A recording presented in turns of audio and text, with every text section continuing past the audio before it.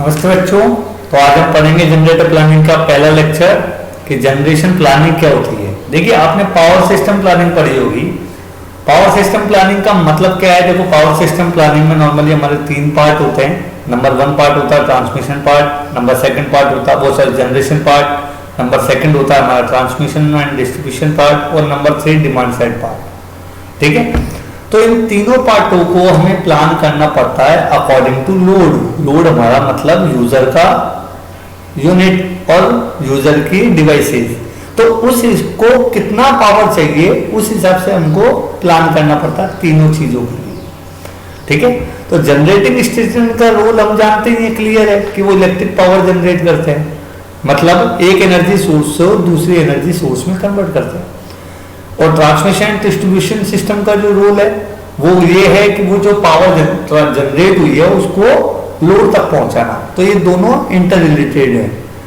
ठीक है, transmission system का रोल क्या है? बहुत सारे जनरेटर्स को इंटरकनेक्ट करता है और उसको लोड से कनेक्ट करवाता है। बहुत सारे जनरेटर्स को लोड से कनेक्ट करवाना, पूरे all over state, all over country, all over region. हमारा काम ट्रांसमिशन नेटवर्क का काम है। ट्रांसमिशन नेटवर्क मतलब बहुत सारे जनरेटर्स लिए हमने उनको कनेक्ट करवाया लोड से। ये काम पूरी ऑल ओवर इंडिया में होता है या ऑल ओवर द वर्ल्ड भी चल सकता है, ये डिपेंड करता है आपकी केबल कैसी है।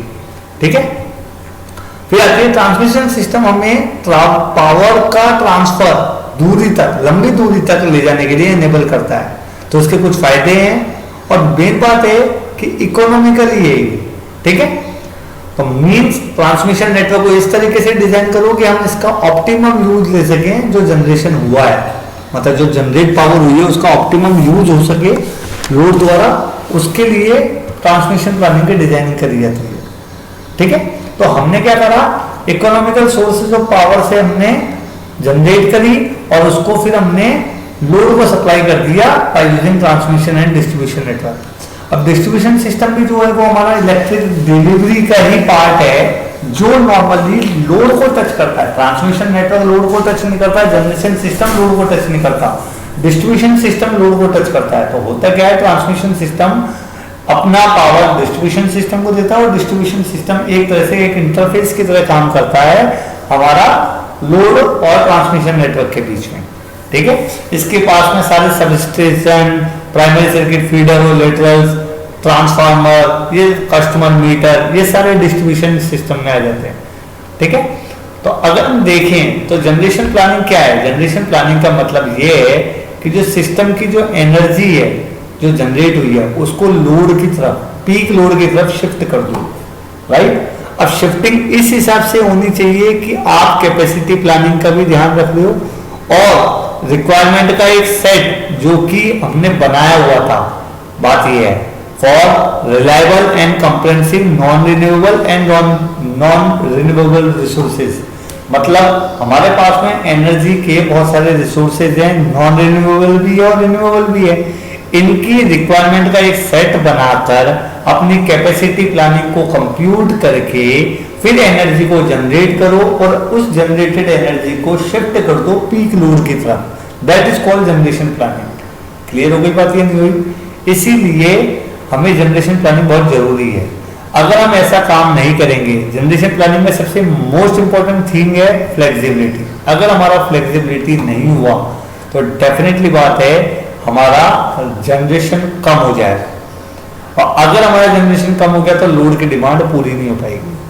ठीक है, तो फ्लेक्सिबिलिटी कैसे अचीव करें? पहला, जो जनरेशन पोर्टफोलियो है, जो भी आपके रिसोर्सेज वगैरह हैं उनको बैलेंस करिए, लोड को कंट्रोल होना चाहिए और जो एनर्जी जनरेट हो रही है वो स्टोरेज में जानी चाहिए। ठीक है, इसके बाद हम करते हैं कि जो हमारा क्वांटिफाइंग है, जो वेरिएबिलिटी है, उसका मतलब क्या है?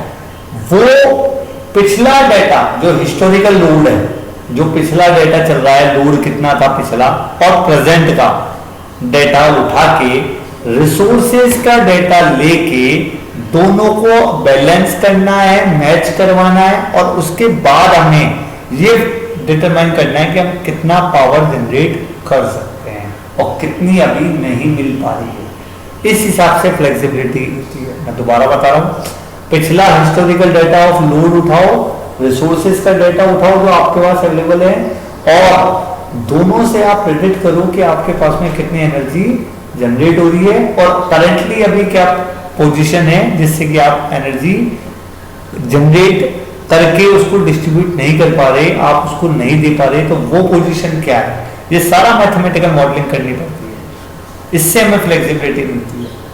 ठीक है, तो सारे हम पावर जनरेशन प्लानिंग में हम नॉर्मली क्या करते हैं, या तो कोई एग्जिस्टिंग सिस्टम है उसमें मॉडिफिकेशन करेंगे अकॉर्डिंग टू लोड डिमांड, या फिर हम नए पावर प्लांट बनाएंगे। ठीक है, तो प्रोसेस कहां से स्टार्ट होगा, प्रोसेस ये स्टार्ट होगा इलेक्ट्रिकली लोड डिमांड से, कि आपके लोड की कैलकुलेशन करी जाएगी कितना लोड है। ठीक है, अब बात ये है लोड की कैलकुलेशन के हिसाब से आप जनरेशन प्लानिंग करोगे, पर ये ध्यान रखना है कि आप इस चीज का ध्यान रखोगे कि जो पावर ट्रांसमिट करोगे आप लोड को वो रिलायबल और क्वालिटी वाली है। ऐसा नहीं है कि आपका लोड आ गया, आपने सोचा कोई बात नहीं 3 जनरेटर से काम चला लेंगे और आपने पावर का फ्लक्चुएशन कर दिया या उसकी 24/7 की सप्लाई में कटौती कर दी। ऐसा नहीं करना है, हमें उसे विश्वसनीयता भी देनी है और हमें उसे क्वालिटी भी देनी है। तो इस तरीके से हम बोलते हैं कि optimal capacity expansion. Optimal capacity expansion मतलब आपके जो जनरेटर प्लांट पहले से लगे हुए हैं उनको एक्सपेंड करने का तरीका ऑप्टिमली, वो 3 फैक्टर पे डिपेंड करता है। Number 1 load forecasting. Load forecasting मतलब आप पिछला डेटा उठा के, ठीक है, पिछला डेटा उठा के आप आगे का लोड कैलकुलेट करिए कि वो कितना हो सकता है। ठीक है, और लोड फोरकास्टिंग बहुत ग्रेटर एक्यूरेसी से होनी चाहिए। ठीक है, जब लोड फोरकास्ट का जो आउटपुट आ जाए हमें, तो हमें पता लग जाता है कि कितनी एनुअल पीक डिमांड होगी किलोवाट के अंदर, और उस पीक डिमांड से हमको खर्चा भी निकालना है, ये बात भी ध्यान रखना है, क्योंकि हमारा यूनिट खर्चे पे ही चलेगी। तो हम कितनी यूनिट का प्राइस रखेंगे, 1 किलोवाट का कितना प्राइस रखेंगे वो भी डिसाइड कर लेना। ठीक है, इसके लिए आप बहुत सारे मैथमेटिकल मॉडल लगते हैं, रिग्रेशन एनालिसिस, मशीन लर्निंग वगैरह भी आजकल लगने लग गई हैं, जो कि लेटेस्ट टेक्नोलॉजी। फिर कैपेसिटी रिजर्व और रिलायबिलिटी के बीच में रिलेशन निकालना है।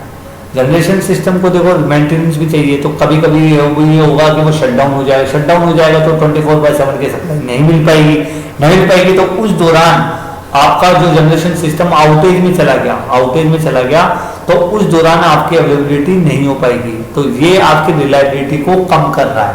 तो आप ये भी कैलकुलेशन करोगे कि कितनी प्रोबेबिलिटी है कि आपका सडन आउटेज हो जाए और क्या प्रोबेबिलिटी होगी कि आप उसकी मेंटेनेंस शेड्यूल्ड आउटेज करो।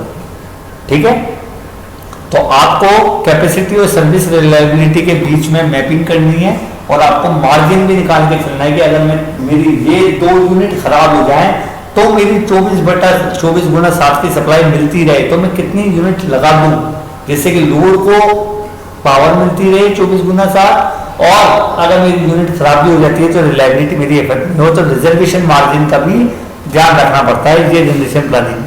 ठीक है, बात ये है, तो रिजर्व कैपेसिटी भी आपके पास मौजूद होनी चाहिए, ये जनरेशन प्लानिंग का सबसे बड़ा मेन एम है।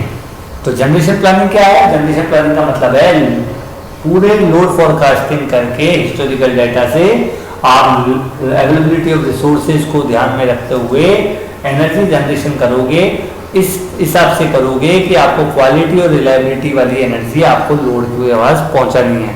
उसके बाद इकोनॉमिकली चीप वे में आप एक्सपेंड करना चाहते हो या नए जन पावर प्लांट बनाना चाहते हो या कुछ को बंद करना चाहते हो, ये डिपेंड करता है नई टेक्नोलॉजी कैसी आ रही है, उस हिसाब से आप जनरेशन प्लानिंग करोगे। ठीक है, जैसे आज सोलर आ रहा है तो सोलर पे आप ज़्यादा दे सकते हो, अगर कोयला खत्म हो रहा है तो availability of resources, availability of data, of historical data, of load, इनके हिसाब से आप जनरेशन प्लानिंग करेंगे जिससे कि आपको क्वालिटी और रिलायबिलिटी वाली सर्विस आप लोड को दे सको, मतलब कस्टमर को दे सको। ठीक है, अब बात यह आती है कैपेसिटी रिसोर्स प्लानिंग करते हैं जब हम, तो एक क्वेश्चन ये उठता है कि कौन सा तो जनरेटिंग स्टेशन लगाना। डेफिनेट बात है, गैस है, कोल है, न्यूक्लियर है, सोलर है। ठीक है, इसके बाद आपको ये भी करना है कि आपको इनको मिला के काम करना है जिससे कि आपकी प्रोडक्शन कॉस्ट की भी एनालिसिस हो सके और इन्वेस्टमेंट भी लग सके और फिर आपका आउटपुट भी आ सके। ठीक है, बात ये है, तो आप बात ये है, ये चीज आप, और ये जनरेशन प्लानिंग ये है कि 1 साल या 2 साल के लिए तो होती नहीं है, ये होती है नॉर्मली 5 साल, 10 साल, 15 साल के लिए। अब देखिए पावर सिस्टम प्लानिंग में इंडिया में जो है, सबसे पहले एनर्जी प्लानिंग कमेटी होती है जो प्लान करती है एनर्जी। मान लो n number of power sources है, यही है, तो हमें अवेलेबिलिटी ऑफ रिसोर्सेज चाहिए, सबसे पहले हम ये देखेंगे। फिर हम डिसीजन लेते हैं कि हमको कौन सा बंद करना है, कौन सा एक्सपेंड करना है, ठीक है, और किसको हमको थोड़ा टेम्परेरी डाउन करना है, ठीक है। फिर उन रिसोर्सेज के हिसाब से हम अवेलेबिलिटी निकाल लेते हैं और फिर हम फ्यूचर भी कैलकुलेट करते हैं कि इन रिसोर्सेज का फ्यूचर क्या है। फिर हम डिसाइड करते हैं कि एडिशन करना है न्यू पावर स्टेशन का या नहीं। कुछ रेस्ट्रिक्शंस भी लगाते हैं कि ये वाला तो बंद ही कर दो क्योंकि कोयला बचा ही नहीं है, इस तरीके का भी हो सकता है। और ये जैसे हम देखेंगे कि पिछले 5 सालों में सोलर पावर प्लांट ज़्यादा बढ़ गए, थर्मल प्लांट लिमिटेड हो गए। क्यों? इसी वजह से एनर्जी प्लानिंग, क्योंकि हमने अवेलेबिलिटी ऑफ रिसोर्सेज को देख के, लोड फोरकास्टिंग को देख के हमने फिर ये डिसीजन लिया। तो यही एनर्जी प्लानिंग का काम है। फिर आगे power system planning. Power system planning पूरी लोड पे डिपेंड करती है। तो ये लोड फॉलोइंग सिस्टम है। इसमें क्या होता है, सबसे पहले अपन लोड एस्टिमेशन करते हैं, हम लोड फोरकास्टिंग करते हैं। लोड फोरकास्टिंग के बाद में हम एक सिस्टम लोड और जनरेशन यूनिट को अपन इस तरीके से बनाते हैं कि हमको मॉडल करना पड़ता है। Model according to the load, according to the load हम जनरेशन प्लानिंग और इलेक्ट्रिकल नेटवर्क प्लानिंग की डिजाइनिंग करते हैं। ये पावर सिस्टम प्लानिंग में आता है। ठीक है, तो बात ये होती है इलेक्ट्रिकल लोड फोरकास्ट हमारा बेसिस है पूरा पावर सिस्टम प्लानिंग का। लोड फोरकास्ट हमारा बेस है क्योंकि ये इंफॉर्मेशन देता है कि कितनी तो कंजप्शन इंक्रीज होगी, क्या लोड का प्रोफाइल होगा, क्या लोड का डिस्ट्रीब्यूशन रखना है। उस हिसाब से फिर हम डिस्ट्रीब्यूशन एंड जनरेशन प्लानिंग करेंगे। ठीक है, फिर बात ये आती है कि ये जितनी भी यूनिट्स थी ये इंटर रिलेटेड है। ठीक है, पावर सिस्टम प्लानिंग में हर यूनिट इंटर रिलेटेड है। अब सबसे पहले देखेंगे लोड फोरकास्टिंग, मतलब डिमांड ऑफ लोड। हम एस्टिमेट करेंगे डिमांड एंड सप्लाई को। ठीक है, फिर हम करेंगे जनरेशन प्लानिंग कि हमें according to availability of resources कि एक्सपेंड करना है, बंद करना है या नए बनाने हैं, उसका। और एक होता है फीडबैक सिस्टम।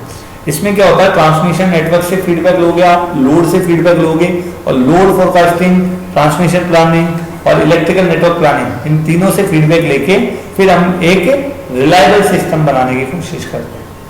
ठीक है, इसके बाद हम कहते हैं कि जनरेशन प्लानिंग जो है वो 3 डायमेंशन में काम करती है। पहली टेक्निकल, दूसरी इकोनॉमिकल और तीसरी रिलायबिलिटी।